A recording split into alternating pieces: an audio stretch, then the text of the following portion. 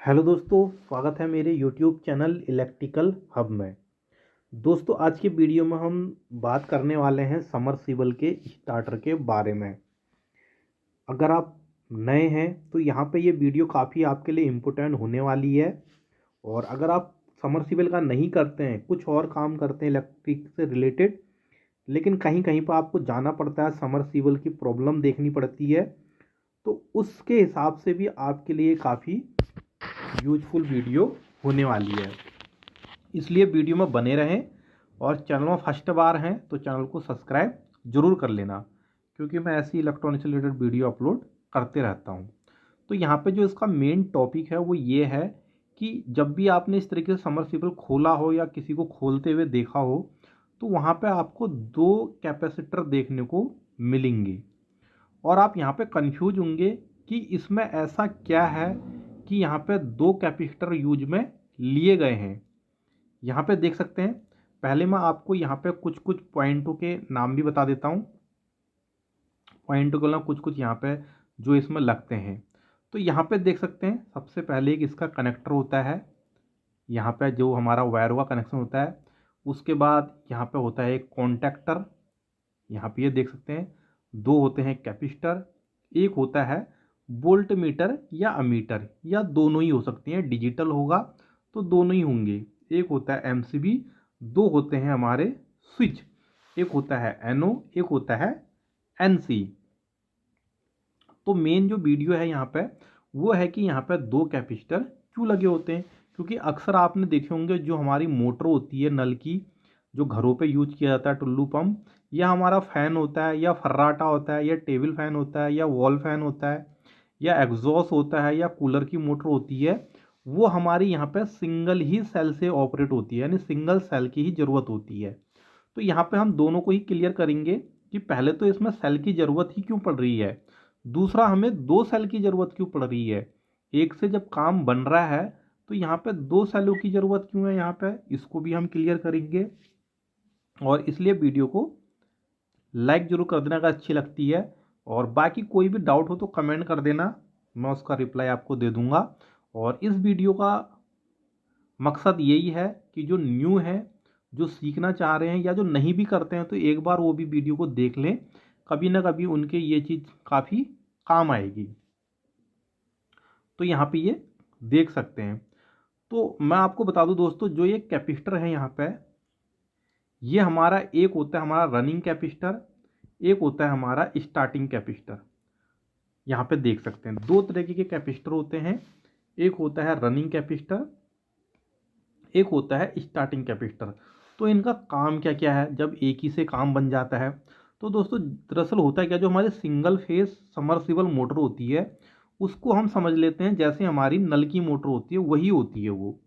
यहाँ पे दे देते हैं, नल की मोटर से या तो हमारी चार तारें आती हैं, दो रनिंग की होती हैं और दो स्टार्टिंग की होती है। एक रनिंग एक स्टार्टिंग हम एक साइड लाते हैं, वो होता है हमारा कॉमन।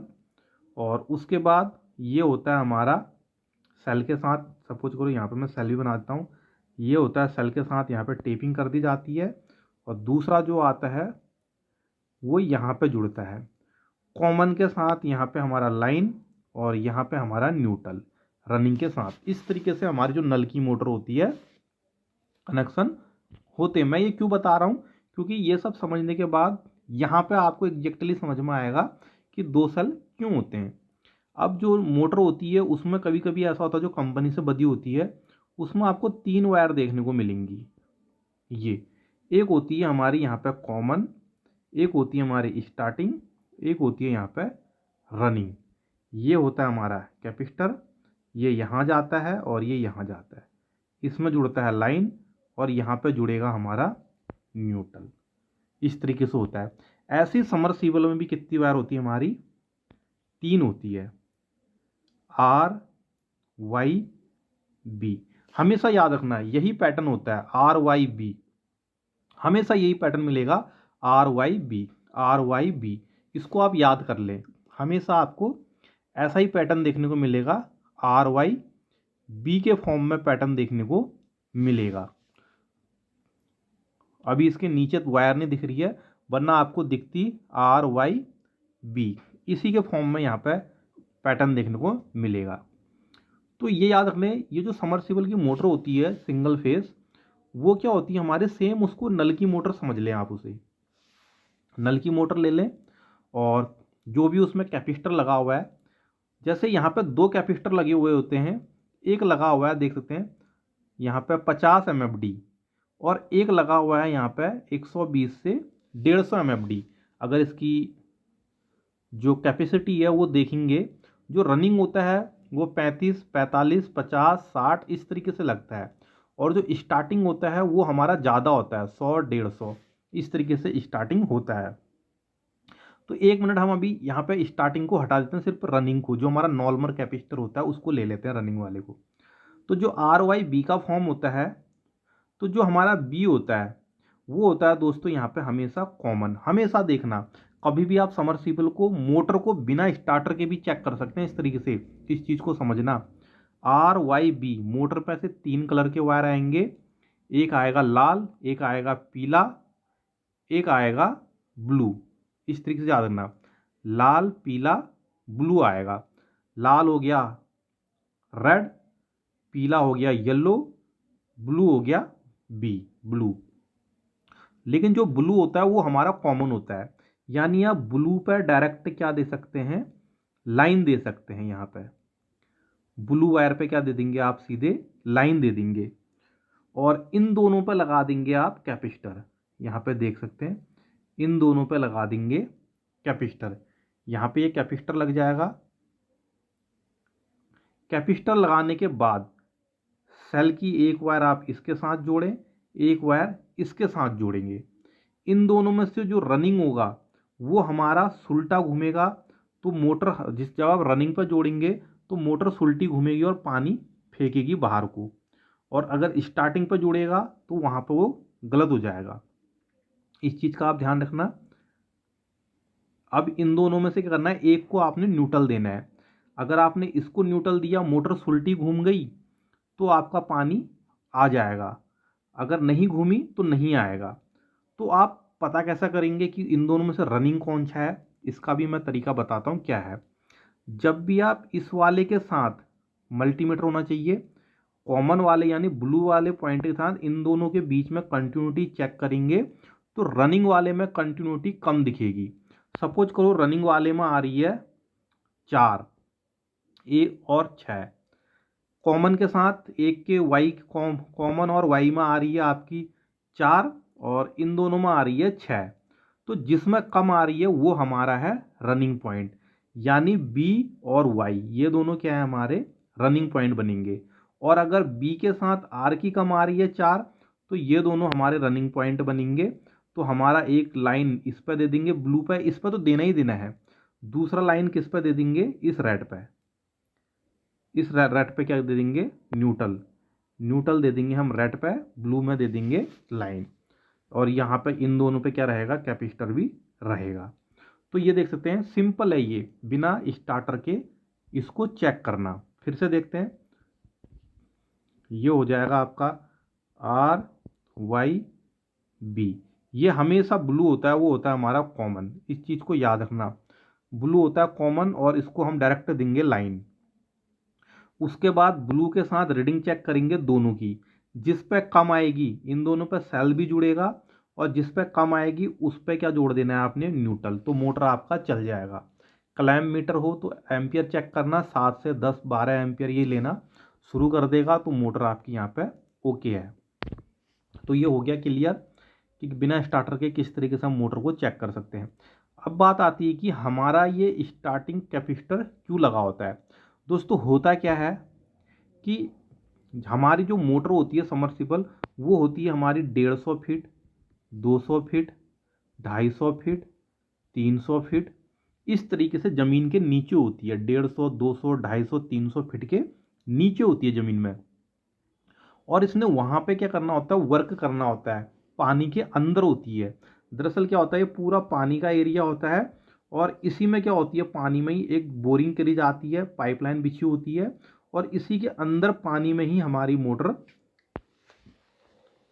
डाली होती है पानी में। तो पानी में ही हमारी मोटर है, हमेशा पानी में ही रहती है।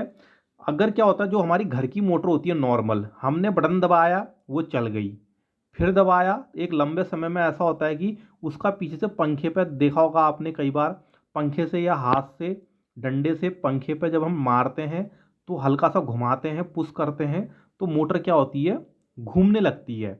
हल्का सा पुश करा, घूमने लग गई। तो होता क्या है कि समरसीबल है ज़मीन के अंदर 150, 200, 250, 300 फीट नीचे, तो वहाँ पे तो ये सब कोई करेगा नहीं। और कभी अगर आपकी मोटर जाम होती है तो उस केस में क्या हो जाएगा, मोटर आपकी फूक जाएगी ज़मीन के नीचे, क्योंकि वहाँ पे तो उतना कुछ कर नहीं पाएगा आदमी। इसलिए क्या किया जाता है यहाँ पे देखना, ताकि मोटर हमारी हमेशा स्टार्टिंग में जब पानी में गए जाए रहेगी, लोड पे रहेगी, उसने पानी उतने ऊपर फेंकना है, तो स्टार्टिंग में क्या होगा, उसे टॉर्क चाहिए होता है। टॉर्क का मतलब ऐसा होता है कि हम किसी चीज़ को धक्का दे रहे हैं। जैसे मोटर का सेल हमारा वीक हो जाता है तो हम हाथ से धक्का देते हैं, उसके बाद मोटर चल जाती है। तो वो टॉर्क देना होता है कि हाथ से हम उसको क्या कर रहे हैं, टॉर्क दे रहे हैं, एक धक्का दे रहे हैं। और उसके बाद एक बार धक्का लग गया तो उसको चलने में काफ़ी आसानी होगी। देखा होगा आपने, किसी भी पत्थर को जब स्टार्टिंग में आप लुढ़काना शुरू करेंगे, भारी पत्थर को अगर वो लुढ़क सके, तो स्टार्टिंग में जो लुढ़काने में होगा वहाँ पे आपको टप होगा, लेकिन एक बार हल्का सा हिल जाएगा तो लुढ़काना फिर लुढ़कते लुढ़कते में लुढ़कता काफ़ी आसानी से है। तो ऐसा ही मोटर का होता है यहाँ पे। तो ये MFD भी इसकी ज़्यादा होती है, देख सकते हैं 120 से 150 यहाँ पे लिखा हुआ है। वो इसीलिए होता है ताकि वो ज़मीन के नीचे है और उसको 150, 200, 250, 300 फीट ऊपर पानी फेंकना है और उसके बाद छत में पहुंचाना है। वो तो ग्राउंड लेवल से होगा, फिर आपका 20, 30, 50 फिर और ज़्यादा होगा, वो भी जुड़ेगा। तो स्टार्टिंग में उसको काफ़ी पावर की ज़रूरत होती है। तो होता क्या है कि जो स्टार्टिंग सेल होता है उसका कनेक्शन इस ग्रीन वाले बटन के साथ किया जाता है। यानी जब आप इस ग्रीन बटन को दबाते हैं, जितने देर ये ग्रीन बटन दबेगा, 2 सेकंड, 3 सेकंड, उतने ही देर तक इस कैपेसिटर की, यहाँ पे दे देते हैं, ये जो कैपेसिटर है वो इसी कैपेसिटर के पैरेलल में जुड़ जाता है। यानी ये कैपेसिटर क्या हो जाते हैं, ये भी और ये दोनों आपस में जुड़ के स्टार्टिंग टॉर्क इतना हाई दे देते हैं कि जो 200-250-300 फीट गहरे में हमारी मोटर लगी हुई है, वहाँ से भी उस पानी को प्रेशर के बाद भी, मतलब दबाव के बाद भी वो स्टार्ट हो जाती है। मोटर स्टार्ट हो जाती है तो वो एक बार स्टार्ट हो जाएगी तो फिर तो कोई दिक्कत नहीं है, एक बार स्टार्ट शुरू में स्टार्ट होना चाहिए, तो वो फूके ना करके उस पर लोड ना पड़े, मोटर हीट ना हो। तो स्टार्टिंग टॉर्क देने के लिए यहाँ पे क्या करते हैं, यहाँ पे स्टार्टिंग सेल को लगाते हैं और इसीलिए इसका वैल्यू भी क्या होता है, यहाँ पे ज़्यादा होता है। तो ये जैसे ही ग्रीन बटन दबाएंगे स्टार्टिंग टॉर्क हाई मिलेगा, स्टार्ट होंगे, बटन छोड़ेंगे, उसके बाद कहाँ आ जाएगी मोटर, ये अपनी रनिंग कैपेसिटर पर। फिर उसका बाद इसका कोई काम नहीं है यहाँ पे, फिर इस वाले कैपेसिटर का कोई काम नहीं है। 2-3 सेकंड के लिए ही इसका काम होता है स्टार्टिंग टॉर्क देना। और उसके बाद जैसे ही आप ग्रीन छोड़ते हैं तो तुरंत क्या हो जाता है, इसके साथ आपका जुड़ जाता है। यहाँ पे ये देख सकते हैं इसके साथ जुड़ेगा और हमारी समरसेबल की मोटर क्या है, जो 200-250-300 फीट नीचे है उसको स्टार्टिंग टॉर्क मिलेगा। और एक बार वो कोई चीज़ घूम गई तो उसके बाद लोड पे वो चल जाती है। देखा होगा आपने कभी कभी, या ऐसा भी देखा होगा, चक्कियों में मोटर होती है, जो आटा चक्की होती है उनमें जब पट्टा लगा होता है, वहाँ पे भी देखा होगा आपने, स्टार्टिंग के तौर पर पट्टे को कई कई जगह खींचना पड़ता है और हल्का सा खिंचाव के बाद वो ऑटोमेटिक स्टार्ट हो जाता है। वहाँ पे वो चीज़ों को भी आप नोट किया होगा। तो यहाँ पे देख सकते हैं इस वजह से यहाँ पे क्या होते हैं, दो कैपेसिटर हमारे लगे होते हैं, एक स्टार्टिंग है एक रनिंग है। तो यहाँ पे क्या होता है, ज़रूरी नहीं है कि किसी किसी में ये भी लगा होगा, क्योंकि कई मोटरें छोटी होती हैं, उस वहाँ पे स्टार्टिंग टॉर्क का हाई की ज़रूरत नहीं होती है, लेवल भी ज़्यादा नहीं होता है, तो वहाँ पे एक ही कैपेसिटर दिया होता है। कई समरसीबल में एक कैपेसिटर भी देखेंगे, किसी में दो देखेंगे, ज़्यादातर आपको दो देखने को मिलेगा। जिसमें एक देखेंगे तो यहाँ पे कॉन्टैक्टर भी कहीं कहीं पे नहीं मिलेगा, कहीं पे मिलेगा। तो बाकी में नेक्स्ट वीडियो अगर कमेंट करेंगे तो ये कॉन्टैक्टर क्यों लगा होता है यहाँ पे, आप मुझे कमेंट करके बताना। अगर आप जानते हैं कि समरसीबल के स्टार्टर में कॉन्टैक्टर का काम क्या है, कमेंट करें और बताएं। देखते हैं कितने सही बता पाते हैं कि समरसीबल में कॉन्टैक्टर का यूज क्यों करते हैं स्टार्टर में। और उसके बाद मैं वीडियो में अगर आप कहेंगे तो इसके बारे में भी क्लियर कर दूंगा। तो दोस्तों वीडियो चाहिए तो वीडियो को लाइक, चैनल को सब्सक्राइब जरूर करें।